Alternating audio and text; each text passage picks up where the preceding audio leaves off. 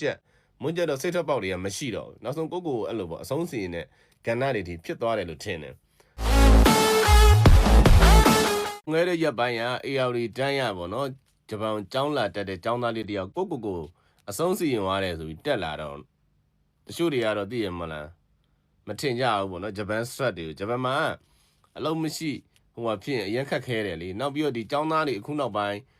အများကြီးလာကြတယ်နောက်ပြီးအများကြီးလည်းအလုံးမရှိကြဘူးပတ်စံအရင်ပဲပြန်တောင်းပြီးတော့သုံးနေရတဲ့အနေထားတွေပေါ့နော်အဲ့တော့ကျောင်းနဲ့လာမယ်ဆိုတဲ့လူတွေတော့ကျွန်တော်ကျောင်းနဲ့လာမဲ့လူတွေရဲ့ဟိုပါပေါ့လာစားပေါ့နော်ကျောင်းနဲ့လာမဲ့လူတွေလာစားတွက်ပြမယ်ကျောင်းနဲ့လာတဲ့လူတွေကဘာလဲဆိုတော့28နိုင်ပဲတစ်ပတ်ကိုလောက်ခွင့်ရှိတာဆိုတော့တနာယူ1300ပေါ့နော်ဒီလောက်နဲ့ပဲတွက်လိုက်10နိုင်ဆို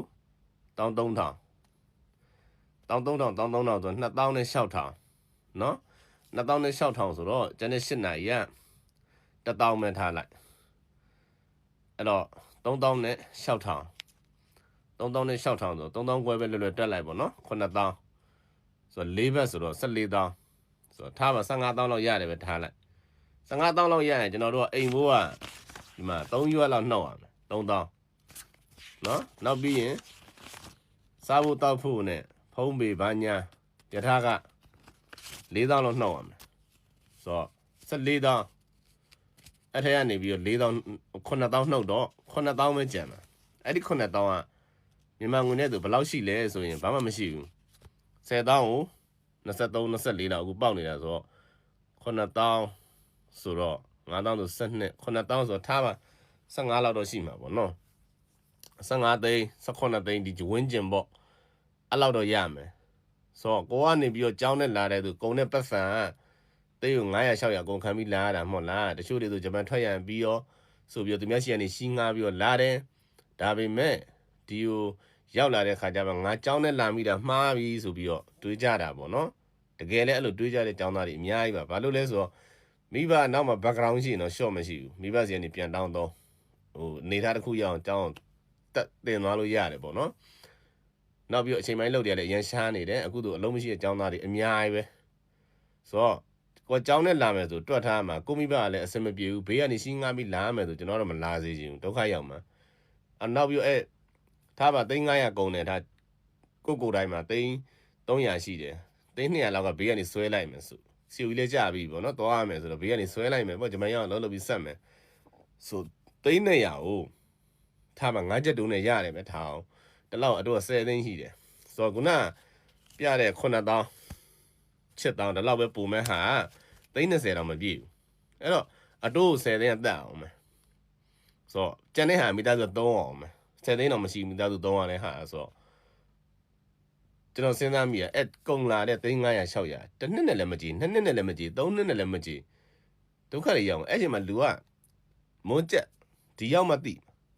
အလုပ်တချို့အလုပ်မရှိအများကြီးတယ်မွန်းကျက်တော့စိတ်ထွက်ပေါက်တွေကမရှိတော့ဘူးနောက်ဆုံးကိုအဲ့လိုပေါ့အဆုံးစီနဲ့ကဏ္ဍတွေဒီဖြစ်သွားတယ်လို့ထင်တယ်အဲ့လိုလည်းဖြစ်မှာပဲဘာလို့ဆိုတော့တွေးကြည့်လိုက်ကြောက်စရာကြီးဗျာဒီပတ်စံကြီးတွေကဘလို့ပြန်ဆက်မလဲအဲ့လိုပတ်စံတွေကိုတကယ်ဟိုဟာ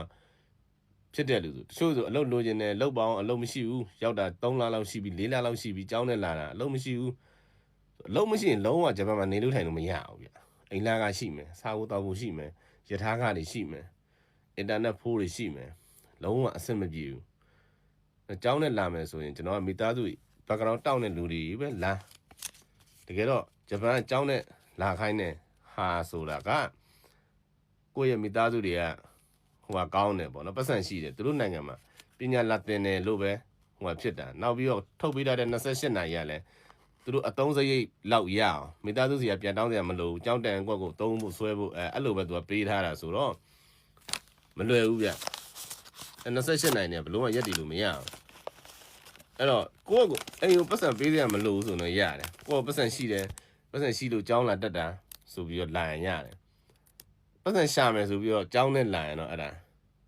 ရှာတဲ့ပတ်စံကြောင်းပေးရမှာကြောင်းလန်းကလေကြံသေးတယ်အများကြီးရောနော်ဒါကြောင်းလန်းကလေသူ1080လေး100လေးတချို့သူ1100တော့မကောက်တစ်နှစ်စာအဲ့လိုပေးရတာကြီးကြတော့ရှိတယ်လေအဲ့တော့ကိုကနောက်မှရှင်းငားလာမယ်မိဘလည်းဟိုဂျပန်နိုင်ငံရောက်ဝင်အဆင်ပြေမယ်ထင်ပြီးအဲ့လိုရှီးပေးလိုက်ငှားပေးလိုက်တာတွေနဲ့ဆိုတော့မလူကတိုင်ပတ်ကောလုံးလိုက်ရှာလေးလိုက်ပြီးတော့နောက်ဆုံးစိတ်တွေကြာပြီးတော့အလုပ်တွေမရှိတဲ့ချိန်ဘာညာပေါ့နော်အဲ့လိုဆို suicide လုပ် ချင်တဲ့စိတ်တွေဖြစ်တာပေါ့အရင်တော့ကြတော့ចောင်းသားတွေကလည်းအဲ့လောက်မများသေးသလိုအချိန်ပိုင်းလုပ်တွေကပေါ်တယ်အခုကအချိန်ပိုင်းလုပ်တွေကမပေါ်တော့ဘူးဆိုတာကျွန်တော်တို့လိုအဲ့လိုခါဆူလို့သမားတွေလည်းအများကြီးပဲចောင်းသားတွေလည်းအများကြီးပဲဆိုတော့အလုပ်တွေကအရင်ရှားပါနေပေါ့နော်အဲ့တော့လက်ပေးရအောင်လက်ပေးခိုးလုံးမယ်ဆိုတော့အလုပ်တွေကြတော့လည်းမလွယ်ဘူးလေအခုကဥတက်တဲ့အစိုးရအဲ့ဒါတွေကိုဖြုတ်ချနေတာအဲ့လိုအခွန်မဆောင်တဲ့ဟာတွေဘာတွေကိုလုံးဝဒီနှစ်မှာအပြက်ရှင်းမှာဆိုတော့လက်ပေးဆိုတာမျောလင့်မနေနဲ့ပေါ့နော်လုံးဝမရှိတော့ဘူးမရှိတဲ့လောက်ရှားသွားပြီဟိုတော့ဟာတွေပဲရှိတော့တယ်ပေါ့အဲ့လိုဆိုတော့အဆင်မပြေပါဘူးလို့ကိုကမိဘ background ရှိရင်တော့လာပါမိဘ background မရှိရင်တော့ကျောင်းနဲ့လာတာလုံးဝအဆင်မပြေဘူးကုန်လာတဲ့သိန်း500ဘယ်လိုပြန်လုပ်မလဲတွေးကြည့်ကြောက်စရာကြီးအဲ့တော့တေချာတွေးပါဂျပန်ရောက်ရင်ချမ်းသာပြီမထင်နဲ့ဂျပန်ရောက်ရင်တက်တည်ခြင်းတွေပေါက်သွားလိမ့်မယ်မလွယ်ဘူးအဲကျောင်းနဲ့လာမယ်ဆိုတေချာစဉ်းစားသိခြင်းနဲ့ပေါ့နော်အဲ့လောက်မရပါဘူးလို့28နိုင်ပဲလုံးခွင့်ရှိတယ်အဲ28နိုင်ရဘလို့မှအိမ်ကိုထောက်ပံ့လို့မရပါဘူးကိုဒီဂျပန်နိုင်ငံမှာ3နိုင်ရုံလောက်ပဲရတာဟိုကအဲ့လိုရတယ်မိဘကိုပေးရမလို့ဆိုရတယ်လားအားပေးတယ်ပေါ့နော်မိဘကိုထောက်ပံ့မယ်ဆိုတဲ့အတွေးနဲ့ရှင်းငှားပြီးကျောင်းနဲ့လာရဆိုတော့အဲ့ဒါဒုက္ခကိုရောက်ပြီသားမှတ်တကယ်ပြောတာ